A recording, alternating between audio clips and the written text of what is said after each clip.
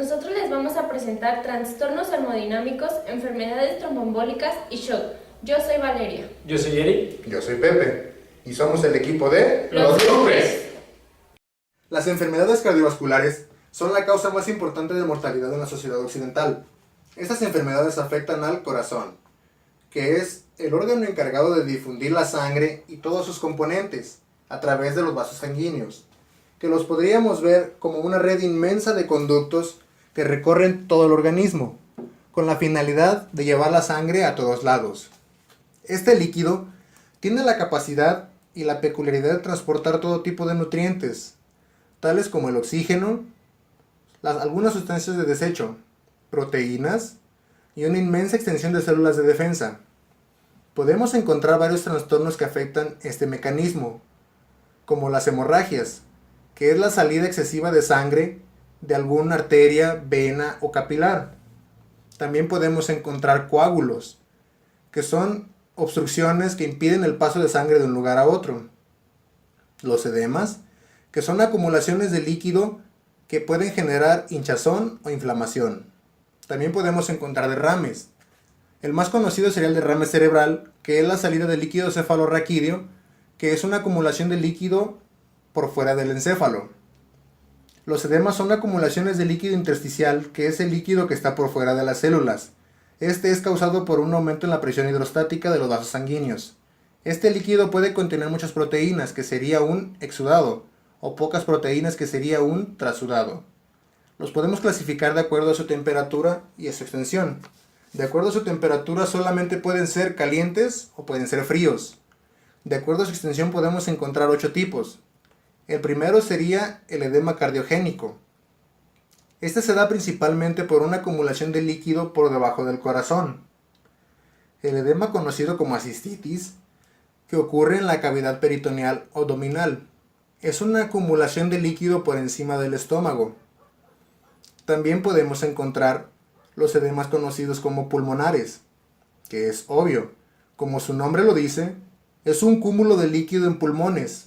Este se da en casos de insuficiencia del ventrículo izquierdo del pulmón, que no puede filtrar el líquido. Un linfedema, que es una acumulación de líquido en el tejido celular subcutáneo por defecto del sistema linfático, puede ser causado por infecciones o por algún padecimiento. El más conocido sería filariasis, que es una infección parasitaria. La hidrocefalia, que es una acumulación de líquido cefalorraquídeo en los ventrículos del encéfalo. Esto puede ser por causa de una falla en la degradación del mismo. El edema conocido como edema macular, que es una acumulación de líquido en las capas de la retina, que después trae varios padecimientos como el glaucoma, que es una enfermedad que afecta al ojo. Los edemas cutáneos, que se observan por picaduras de mosquito, arañas, entre otros insectos, que puede ser por el paso de toxinas al momento de inocular. Y por último el mixedema, que está dado por una afección que aparece en el hipotiroidismo, y este es infiltrado por una sustancia mucosa y no por un líquido como ocurre en el edema común. También podemos encontrar hiperemias, que es una acumulación excesiva de sangre, ya sea en tejidos, órganos o en algún sistema. Un caso conocido es aquel en el que hay un proceso infeccioso en un órgano dentario, por caries, y cuando en algún momento el conducto por el cual las bacterias respiran es obstruido, esas comienzan a generar una acumulación de sangre y otras sustancias en el ápice del órgano, que se le conoce como hiperemia. Esto puede generar o no un absceso. Los derrames, que son la extravasación o salida de líquido, ya sea sangre, líquido cefalorraquídeo u otro tipo de líquidos de su órgano productor o de alguno de sus conductos, venas, vasos o arterias, ya sea por acumulación o por alguna enfermedad o infección. También podemos encontrar congestión, que se puede ver de manera que los vasos sanguíneos que irrigan un órgano tengan una concentración demasiado alta de sangre y pueda verse de color rojo y con frecuencia más o menos caliente. La congestión pasiva crónica de larga evolución, la hipoxia crónica o falta de oxígeno puede provocar lesión tisular, isquemia y cicatrices. En el caso de los capilares, como son vasos muy pequeños, cuando pasa esto puede generar rotura de los mismos. La isquemia es falta de irrigación sanguínea a un órgano. Y podemos encontrar también un shock, que es una afección potencialmente mortal, que se presenta cuando el cuerpo no está recibiendo un flujo de sangre suficiente. Esto puede ser por la ausencia de oxígeno y nutrientes. También podemos ver embolias, que es un coágulo sanguíneo o una acumulación de sangre formando un tapón y obstruyendo vasos, capilares y arterias. También puede fungir un papel muy importante en la reparación de algún tejido dañado, ya que esta es la primera barrera formada por el organismo para impedir la salida o entrada de algunas sustancias. Es formado por sangre. En este mecanismo existen muchos pasos para evitar llegar a la hemorragia, como la vasoconstricción arteriolar, que reduce el flujo sanguíneo. Una vez hecho esto viene la homeostasia primaria, que es la formación del tapón plaquetario, que ocurre cuando las plaquetas, de ser como discos redondeados, forman las láminas aplanadas que tratan de impedir la salida de sangre. Después viene la homeostasia secundaria, que es un depósito de fibrina. A simples rasgos es cuando el factor tisular se une al factor 7 y lo activa para generar la proteína llamada trombina, que corta el fibrinógeno, para generar fibrina insoluble, que a su vez crea una malla de fibrina, para poder potencializar la agregación plaquetaria en la zona de lesión. La cascada de coagulación, que consiste en una serie de reacciones enzimáticas amplificadoras que conducen a la formación de un coágulo de fibrina insoluble. En este proceso participa una enzima conocida como factor de coagulación activado, un sustrato que es una proenzima inactiva de un factor de coagulación y un cofactor que es un acelerador de la reacción. De los factores de coagulación, la trombina es el más importante, porque sus distintas actividades enzimáticas controlan diversos aspectos de la homeostasia y constituyen la conexión entre coagulación e inflamación y reparación. Pero, así como existe la coagulación, también hay un mecanismo que la regula, que son los factores que limitan la coagulación. Uno de estos es la simple dilución, es decir, los factores que forman uno de estos es para poder diluir el coágulo mediante la irrigación sanguínea. Esto es gracias a la ayuda del hígado, que a su vez la cascada de coagulación desencadena otra cascada llamada fibrinolítica, que limita el tamaño del coágulo y contribuye a su posterior disolución. Este se lleva a cabo por una enzima llamada plasmina, que degrada la fibrina e interfiere en su polimerización. ¿En dónde se encuentra el balance entre las actividades anticoagulantes y procoagulantes? En el endotelio, ya que es donde se determina con frecuencia si se produce formación, propagación o disolución del coágulo. En las células endoteliales normales, expresan múltiples factores que inhiben las actividades procoagulantes de plaquetas y factores de coagulación. Además, potencian la fibrinólisis. ¿Para qué se expresan estos efectos? Para prevenir la trombosis y limitar la coagulación de la zona de lesión vascular. En el endotelio existen efectos inhibidores de plaquetas, las cuales son prostaciclina, óxido nítrico y adenosina disfosfatasa. Cada uno funcionará de diferente manera. Pero, a todo esto, ¿cómo se generan los efectos anticoagulantes? Uno de los principales es gracias a la trombodulina y a la proteína C endotelial. A continuación les explicaré cuál es su procedimiento.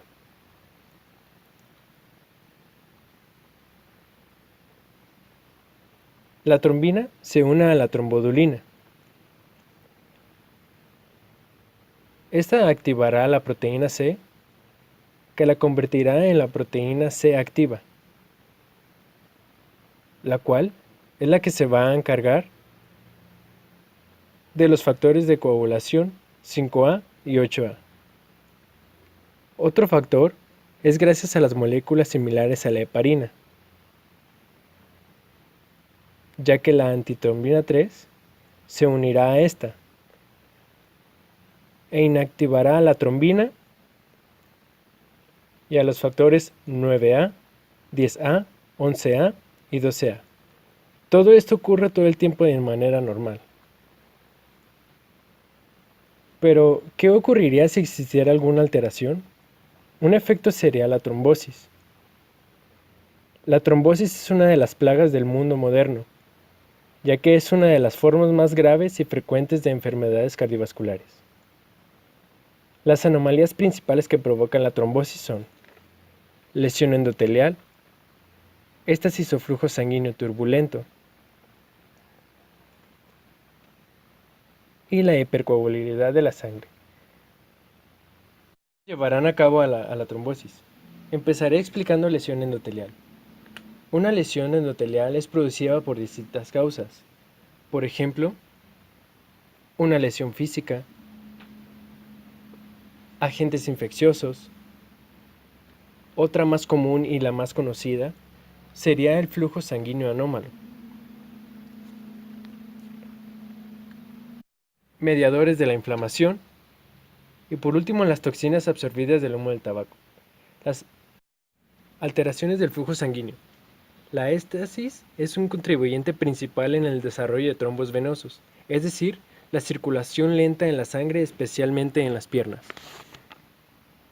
Las causas más comunes de la éstasis es manejar, volar y reposo en cama por periodos largos. Por último, la hipercoagulabilidad. La hipercoagulabilidad es la afección que se hace que la sangre se coagule más fácilmente de lo normal, que puede ser adquirida o heredada. La adquirida está causada por enfermedades u otras afecciones, por ejemplo, la obesidad, el embarazo o el cáncer. La hereditaria es causada por genes que se ha heredado por uno de nuestros padres. La hipercoagulabilidad puede crear coágulos en el cuerpo y puede llegar a ser letales. Algunos ejemplos serían derrame cerebral, trombosis venosa profunda, ataque al corazón y insuficiencia renal. A continuación les explicaremos el émbolo. Émbolo. Es una masa desprendida que se puede encontrar en nuestras venas o arterias. Se puede presentar en 3 estados, sólido, líquido y gaseoso. Gracias a esto puede ser transportada por la sangre desde su punto de origen hasta un lugar distinto, donde puede ocasionar disfunción de un órgano o hasta un infarto. ¿De dónde sale el término tromboembolia? La inmensa mayoría de los émbolos pueden llegar a formar trombos, de ahí este término, tromboembolia. Otro tipo de émbolos frecuentes contienen gotitas de grasa. Estos también pueden ser llamados émbolos de colesterol o incluso pueden contener cuerpos extraños. Estos pueden ser desplazados por la sangre hasta que se encuentran con un vaso sanguíneo muy pequeño donde llegan a obstruir el paso. Ahora hablaré de embolia pulmonar o también abreviado EP. La embolia pulmonar causa más de 100 muertes al año, más del 95% de estos se producen en las piernas. Los trombos son fragmentados y son transportados a través de venas que van creciendo cada vez más. Estos van del lado derecho del corazón a la arteria pulmonar. Si son muy pequeños, pueden llegar a obstruir la arteria pulmonar principal y evitar el flujo de sangre. Se sabe que el paciente que ha sufrido una embolia pulmonar tiene alto riesgo de padecer más. La mayoría de los émbolos pulmonares, estamos hablando de un 60 a 80%, pueden quedar adosados a la pared del vaso. Pero, ¿por qué pasa esto? Debido a su pequeño tamaño. Otra causa más de la embolia pulmonar es la obstrucción embólica de las arterias pulmonares pequeñas y terminales. Estas llegan a producir hemorragias o hasta un infarto. El siguiente tema es embolia grasa y medular. La embolia grasa se produce en cerca del 90% de las personas con lesiones óseas graves, pero menos del 10% de estos pacientes presentan hallazgos clínicos. El siguiente es embolia gaseosa. Aquí, las burbujas de gas dentro de la circulación pueden unirse y formar masas espumosas. Un ejemplo sería cuando una persona experimenta de manera brusca una baja presión durante una inmersión submarina profunda. Se disuelve el gas, pero si la persona sube demasiado rápido, el gas se desprende y forma burbujas. Las burbujas de gas en la vasculatura causan dificultad respiratoria o también llamada asfixia. El siguiente tema es embolia de líquido amniótico. Es una causa de mortalidad materna que provoca trastornos neurológicos. Es una complicación del parto y posparto. Esta embolia es causada por la llegada de líquido amniótico tejido fetal a la circulación materna a través de un desgarro de las membranas placentarias o roturas de venas uterinas. Infarto. Esta es un área donde no hay flujo sanguíneo. Es una causa frecuente e importante. En la mayoría de los infartos existe trombosis o embolia arterial. Aunque la trombosis venosa es capaz de causar infarto, este es el resultado más frecuente, al que conlleva muerte. El siguiente y último tema es shock. Este es un estado donde el gasto cardíaco se reduce o disminuye el volumen sanguíneo circulante. Produce bajo flujo de oxígeno en la célula. Este puede ser reversible, pero el shock prolongado llega a ser irreversible y muy frecuentemente puede ser mortal. Esto es todo. Gracias. Suscríbete.